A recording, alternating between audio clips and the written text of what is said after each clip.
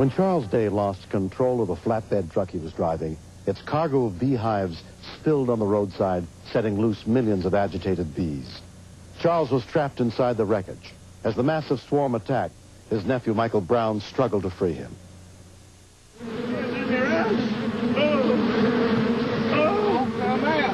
It was stinging behind my ears, it was down in my shoes, all under my shirt, in my hair. I was saying to myself, get up there to the road, try to get them all off of you, and then I thought about Charles down in there, can't get out. So what's the difference? He ain't no different than I am. Coffee County EMS units were dispatched to the scene of a truck wreck. Sheriff's Deputy Evelyn Taylor arrived first, not knowing anything about the truck's cargo. Can you imagine getting out of your car and 100,000 bees swarming towards your lights? I didn't realize at that time that the lights and the sirens just aggravated the bees more. The man was trapped in the truck and was receiving numerous bee stings constantly. The other guy said smoke would help keep the bees away from Mr. Day in the truck. And I give him what I had in the car, paper and stuff, to burn. They went into the car with me, stinging me. I started calling, letting everybody know that was responding to be prepared for multiple bee stings. And bees are dangerous. They can kill you.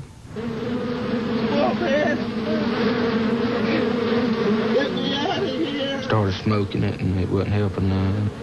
There was too many, and they was all mad. Within 6 minutes of the call, paramedic Henry Lewis and EMT Johnny Knight arrived on the scene. It was like any other wreck at first. The only thing that was different is the fact that he had 15 million honeybees in the back of it. The first problem is the fact that he was pinned in. To me, when he was down there for 5 minutes, he was down there too long. It looked like there was possible femur fracture, so you could have blood loss, plus bee stings. He was in a lot of trouble. He had to be removed from the truck. We were trying to get as much help out there as we could, but yet a lot of people are allergic to bees.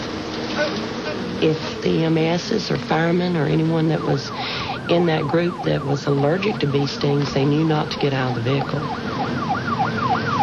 Douglas City firefighter Waylon Moore and his partner arrived to begin the extrication.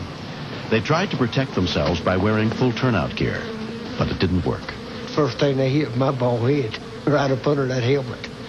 They started stinging me up under my coat, right around my eyes, my arms, got up my britches.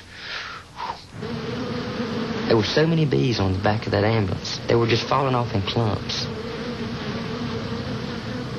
Your ambulance is your best friend because there's everything you work with besides your knowledge.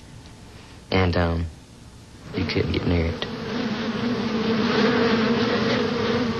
I've had people pull guns on me, and you can usually talk to them or else you can respond back with firepower. But these bees didn't respond to anything. How many bee stings does it take before you die? Nobody knows. I know Mr. Day was stung thousands of times. It ran through our minds several times to get the surgeon out there and just amputate his leg to get him out. It's better to lose a leg than to lose his life.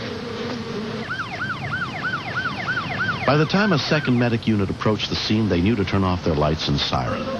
One paramedic who was allergic to bee stings stayed inside the ambulance, while his partner, Lamar Douglas, went to help. Lamar was all gung-ho, ready to go down there. It didn't matter if it was bees or not. And I asked him just for his safety. I said, "Are you allergic to bees, Lamar?" He says, "I don't think so."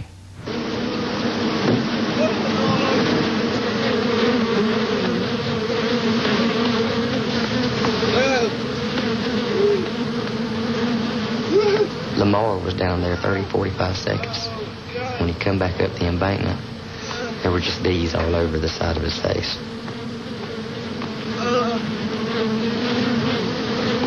He was flush red, couldn't talk. His eyes were kind of rolled up in his head.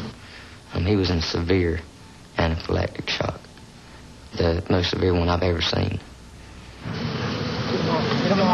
Scared me because I've worked with Lamar. I was scared that the airway will close, and that's the worst complication. Once it closes, it's hard to open it back up. He wasn't even on the scene for 5 minutes, and he was already the worst patient.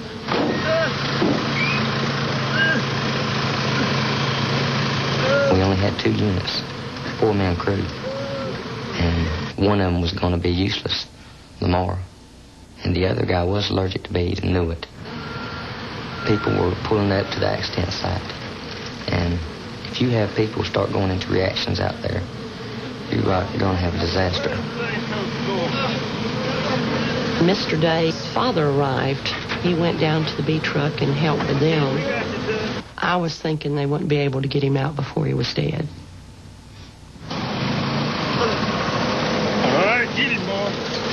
By the time rescuers were able to free Charles, he had been pinned in the truck for almost an hour. Around the same time, a water truck they sent for finally arrived. That helped a lot with the bees when they started spraying them. Calmed a lot of them down. They started going back towards the hives. We really worked hard to keep Lamar from dying, and his heart rate's already in the 200s.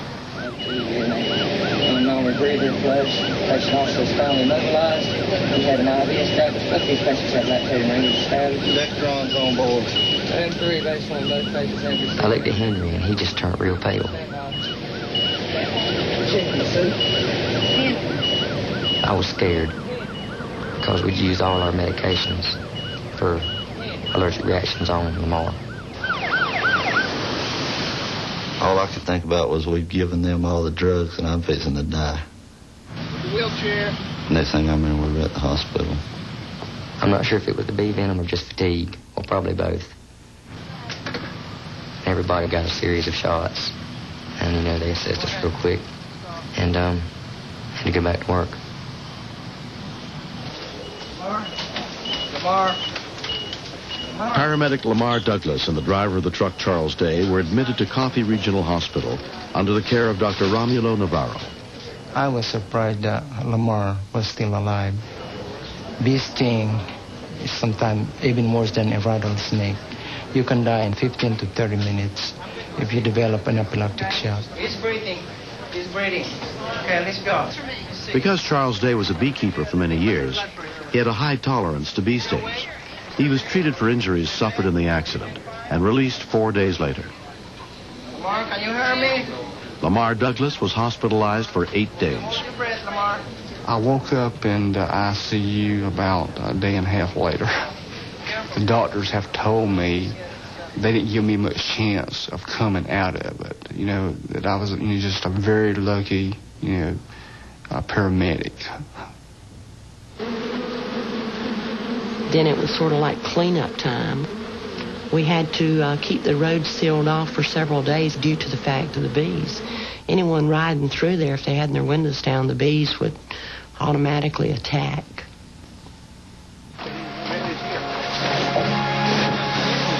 In the 3 years that have passed, there have been a lot of changes in Charles Day's life. I got completely out of the bee business.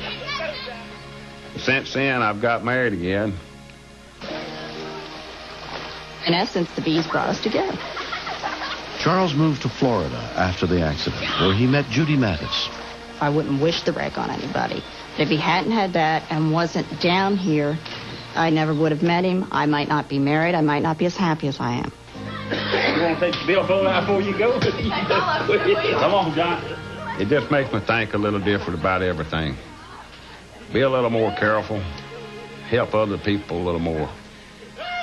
Everybody that was out there went through a lot that night trying to help get me out.